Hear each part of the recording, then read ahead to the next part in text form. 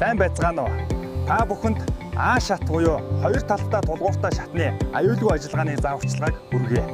Энэхүү заавар нь өндөр хүчлийн дэд станц болон цахилгаан тоног төхөөрөмжийн ойролцоо А хэлбэрийн шатыг ашиглах үед мөрдөх аюулгүй ажиллагааны үндсэн шаардлагуудыг тогтооно. Ашиглахын өмнөө шатыг хагарал, цууралт, эд ангийн сулрал, эхлэгээний гэмтэлгүй ёсгийг биечлэн шалгана.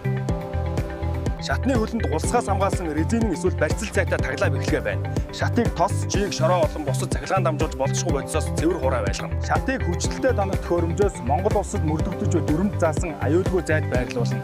Хүчтэй хэсэг рүү хит ойртуулахгүй байх ёстой. Шатыг тэгш хатуу батбах гадаргуу дээр тавьж бүрэн дэлгэж бүх төгчээг нь найдвартай төгчнө.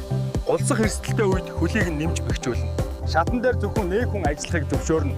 Ажлагч нь 2 гаруй чөлөөтэй нүүрнийшээ хэсгийг шат руу харуулж гарч буух ёстой шүү. Шатын хамгийн дээд гишүүргөөр дээш гарч ажиллахыг хориглоно. Шатаар ажиллаж буй ажилтнанд хяналтын ажилтны эсвэл хариуцлагатай удирдагч тогтмол хяналт тавина. Манай байгууллагын ажилтнууд та бүхэн энэхүү А хэлбэрийн шат ашиглах аюулгүй ажиллагааны зааврыг чандлан дагаж мөрдснөөр та өөрийн болон хамт олонныхоо амь нас эрүүл мэндийг өндөр хүчлийн орчинд дах цахилгаан цохилт, өндрөөс унах ноцтой ослоос бүрэн хамгаалж аюулгүйгээр гэр бүл рүүгээ харих баталгааг өөрөө бий болгоно. Анхаарал хандуулсанд баярлалаа. Эрсдлийг олж хар, ослоос өрчлөн сэргээлцгээе.